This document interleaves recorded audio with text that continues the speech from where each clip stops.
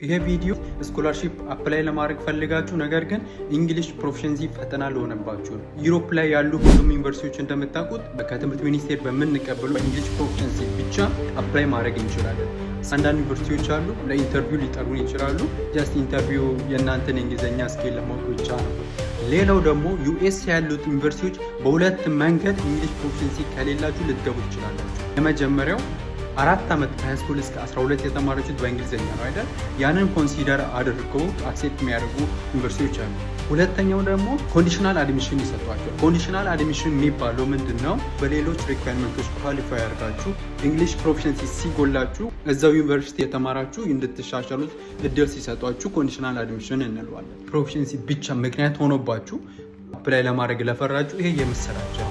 እነዚህን ዩኒቨርሲቲዎች ካሉበት አነፍንፌ ዩቲዩብ ላይ ስለምሰራ ከስር በማስቀምጥላችሁ ሊንክ ሰብስክራይብ ማድረግ እንዳትረሱ። ይመቻሉ።